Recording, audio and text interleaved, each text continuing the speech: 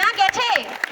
এই যে টোন কাটা স্বভাব মানুষের, এটা তো আমরা পাল্টাতে পারবো না, কিন্তু কিন্তু একটা জায়গাতেই কিন্তু আপনারা তো পারেন আমাদেরকে এই অবস্থা থেকে টেনে তুলতে।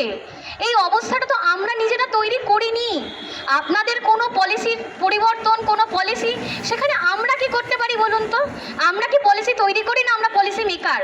আমরা ভোট দেই, আপনাদেরকে আনি এই কারণে যে আপনারা আমাদেরকে প্রতিনিধিত্ব করবেন, আমাদেরকে ভাববেন আমাদের কথা। কিন্তু আমাদের সেই প্রতিনিধিত্ব করার জায়গাতে গিয়ে যদি আপনারা হুটহাট করে এরকম পলিসি বদলে ফেলেন, তাহলে তো খুব মুশকিল। তাহলে আমরা কোথায় যাব? কার কাছে গিয়ে বলবো আমরা? এই যে পাড়া প্রতিবেশীর তির্যক মন্তব্য, বন্ধু বান্ধবদের তির্যক মন্তব্য একটা একটা করে মানুষকে আজ ডিপ্রেশনে ফেলে দিচ্ছে, ফ্রাস্ট্রেশনে ফেলে দিচ্ছে। প্রত্যেকে বেঁচে নেই, এখানে যারা দেখছেন প্রত্যেকটা জিন্দা লাশ হয়ে ঘুরে বেড়াচ্ছে। প্রত্যেকে মরে গেছে, শুধু হাত পা চলছে, নিঃশ্বাস নিচ্ছে। অনেকে বেঁচে আছে মা বাবার কথা ভেবে, অনেকে বেঁচে আছে সন্তানের মুখের দিকে চেয়ে। একটু তো মানবিক হন। আপনারা তো মানবিক সরকার, আপনারা তো বলেন আপনারা মানবিক, কিন্তু মানবিকতা আজ কোথায়? মানবিকতাকে তো আমরা দেখতে পাচ্ছি না। কি দিয়ে দেখবো? টেলিস্কোপ দিয়ে দেখবো? মানবিকতাকে দেখতে পাচ্ছি না। কেউ একটু টেলিস্কোপ আনো, একটু মানবিকতাকে দেখবো। দূরবীন আনো, মানবিকতাকে দেখবো। এই মানবিক সরকার কোথায় তুমি? দেখি তোমার মানবিকতা। আর কত বঞ্চনা। আগের সরকার 10 বছর এসএসসি পরীক্ষাতে পুরো তালা ঝুলিয়ে দিয়েছিল।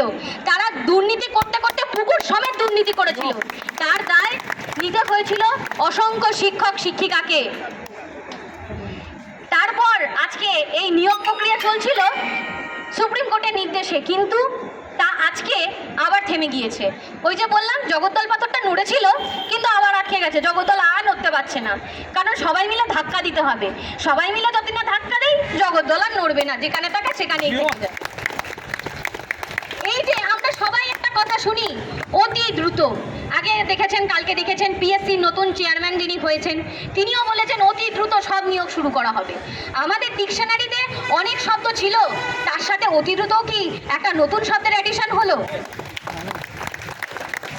আমরা বেশি কিছু চাই না। আমরা চাই স্কুলে যেতে, আমরা চাই স্কুলে পড়াতে। আমাদের বাংলা ছিল একটা সময় শিক্ষার মেইন একটা চারণভূমি বলা চলে, কিন্তু আজকে দেখুন আজকে আমরা কোথায় এসে দাঁড়িয়েছি। একের পর এক স্কুল বন্ধ হয়ে গিয়েছে, যেখানে শিক্ষাকর্মী নেই। স্কুলের টিচারকেই শিক্ষাকর্মীর কাজ করতে হচ্ছে। কোথাও স্কুলের স্টুডেন্ট থাকলে টিচার নেই, টিচার থাকলে স্টুডেন্ট নেই। এই অচল অবস্থা কাটবে কবে? কবে কাটবে? আমরা মরে গেলে পর গয়ায় গিয়ে কি আমাদের পিণ্ডদানের ব্যবস্থা হচ্ছে, যে আমরা মরে যাব তারপর গিয়ে সমস্ত স্কুলগুলো আবার সজাগ হয়ে যাবে, সচল হয়ে যাবে বলে আপনাদের মনে হয় নাকি? এই যে আমাদের যে স্কুলগুলো, বাংলা মিডিয়াম স্কুলগুলো, আমরা সবাই বাংলা মিডিয়ামেরই ক্যান্ডিডেট। এই যে আমরা পড়তাম তখন স্কুলগুলো না স্টুডেন্টে ভরে থাকতো, টিচারদের ভরে থাকতো, কিন্তু এখন দেখুন টিচার স্টুডেন্ট রেশিও কোথাও ঠিক নেই। খোঁজ নিয়ে দেখুন কত শয়ে শয়ে স্কুল বন্ধ হয়ে গিয়েছে। খোঁজ নিয়ে দেখুন কত প্রাইমারি স্কুল বন্ধ হয়ে গিয়েছে। আজকে গজিয়েছে কি? শুধু গজিয়েছে একের পর এক private school, English medium school. দোষ কারণ নয়, দোষ আমাদেরই। যদি আমরা আমাদের ছেলেমেয়েদেরকে বাংলা মিডিয়াম স্কুলে সবাই পড়াই, যদি নেতা মন্ত্রীরা তাদের ছেলেমেয়েদেরকে বাংলা মিডিয়াম স্কুলে পড়ায়, তাহলে আমাদের এই বাংলা মিডিয়াম স্কুল একদিন অন্য জায়গায় পৌঁছাবেই। আসুন না আমরা সবাই মিলে সিলেবাস, পরিকাঠামো সবগুলোকে উন্নত পর্যায়ে নিয়ে যাই, যাতে কেউ বাংলা মিডিয়াম বলে কারোর দিকে নাক ছিটকিয়ে তাকাতে না পারে, যেন না বলে এই তুই তো বাংলা মিডিয়াম থেকে পড়ে এসেছিস, তুই আর কি জানিস। আসুন পরিকাঠামো উন্নত করি, আসুন স্কুল বাড়িগুলোকে আবার প্রাণোচ্ছল কতগুলো প্রাণে আমরা ভরে দেই। শিশুরা তো ফুল, ওই ফুলগুলোর জীবনকে নষ্ট করার অধিকার আমাদের কারণ নেই। আজকে এই 15 বছরে শিক্ষার যা হাল হয়েছে, তাতে বাংলাকে পিছিয়ে ফেলে বিহার অনেক আগে এগিয়ে গেছে। তাহলে আমরা কি এখন সবাই সব ছেড়ে বিহারে চলে যাব? যদি দেখেন আপনারা বিহারে যখন স্কুলের পরীক্ষাগুলো হয়, আমাদের রাজ্য থেকে প্রচুর ছেলেমেয়ে, শয়ে শয়ে ছেলেমেয়ে সেখানে যাচ্ছে, পাটনা স্টেশনে শুয়ে থাকছে। তাকে কেন নিজের রাজ্য ছেড়ে অন্য রাজ্যে শিক্ষকতা করতে যেতে হবে? সে পড়েছে এখানে, জন্মেছে এখানে, খেয়েছে এখানে, এই আলো বাতাস মাটি সব তার। সে কেন এখান থেকে যাবে? কিসের জন্য যাবে? এটা আমাদের মাতৃভূমি, এই বাংলা, এই পশ্চিমবঙ্গ আমাদের মাতৃভূমি। ভারত যেমন আমাদের, ভারত মাতা আমাদের মাতৃভূমি, এই পশ্চিমবঙ্গও আমাদের জন্মভূমি, আমাদের মাতৃভূমি। এই স্কুল শিক্ষা ব্যবস্থাকে সংস্কার করতে হবে, স্কুল শিক্ষাকে বাঁচাতে হবে এবং প্রত্যেকটা শিশুরকে শিক্ষার অধিকার থেকে কখনো বঞ্চিত করা চলবে না।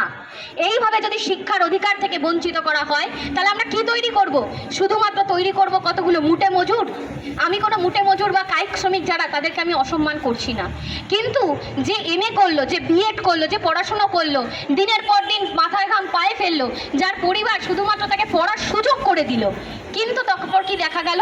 না, বাজারে চাকরি নেই। লোকে তাকে বলে যা না, গিয়ে একটা ছোটোখাটো কাজে ঢুকে যা।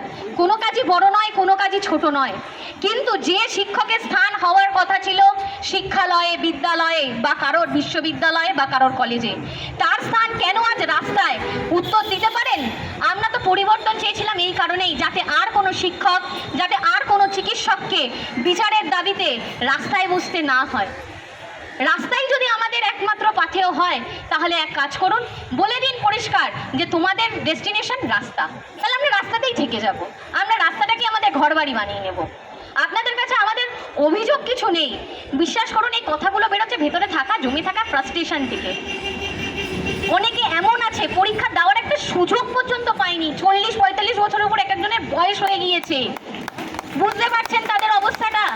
যারা আজকাল আমরা বেশি পড়াশোনা শিখেছি তাদেরকে লোকে বলে এত পড়াশোনা শিখে কি হলো, কি করলি, কিছু করতে পারলি? কিচ্ছু করতে পারলি না।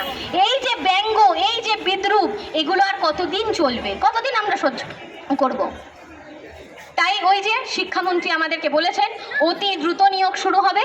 আমরা চাই এই নিয়োগটা যেন সত্যি অতি দ্রুত শুরু হয়, আর এই বেকারত্ব থেকে যেন আমাদের সত্যি অতি দ্রুত মুক্তি ঘটে।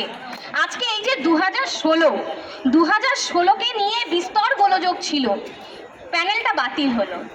এই যে আজকে প্যানেলটা বাতিল হলো, বাতিল হওয়ার পর এতগুলো মানুষ আমাদের সাথে পরীক্ষায় অংশগ্রহণ করলো, তারা তো পরীক্ষা দিল, দিয়ে অনেকেই এমপ্যানেলড হয়েছেন এবং দুর্ভাগ্যবশত অনেকে এমপ্যানেলড হতে পারেননি।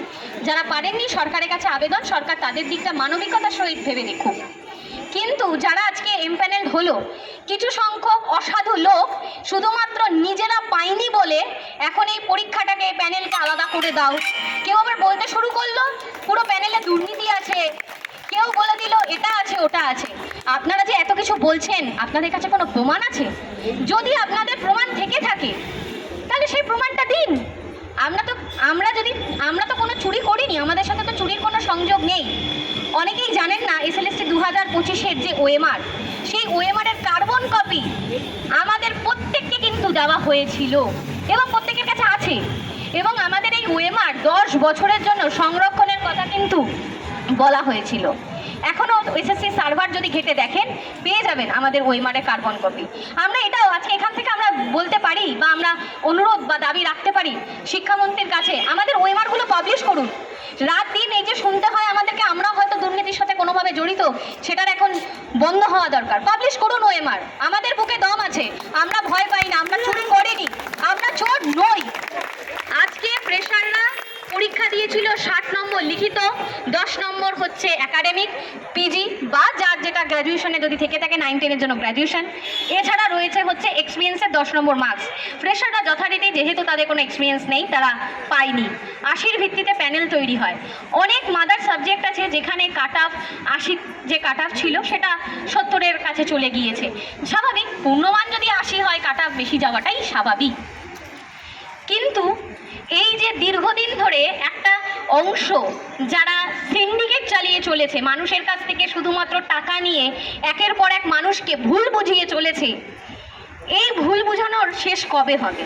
এই বিষয়ে আপনাদের একটা গল্প বলি। আপনারা অনেকে এখানে আছেন গল্পটা জানেন না, সবাই শুনেছেন যে লুভানা পারভিন বলে না একটা কেস আছে আমাদের। কি এই লুভানা পারভিন কেস? একটু শুনে নেই আমরা, আজকে একটু গল্প করি আমরা। লুভানা পারভিন কেস করা হলো জুন 2025। তারপরে সেই কেস উঠলো কবে না, নভেম্বর মাসে হাইকোর্টে উঠলো। লুভানা পারভিন কেসের মূল প্রেয়ার বা ড্রাফট যদি আপনারা ডাউনলোড করেন দেখতে পাবেন, সেখানে বলা হয়েছে শুধু 10 নম্বর দেওয়া যাবে তা নয়, 10 নম্বর বাতিল করতে হবে শুধু সেটাই তার প্রেয়ার নয়।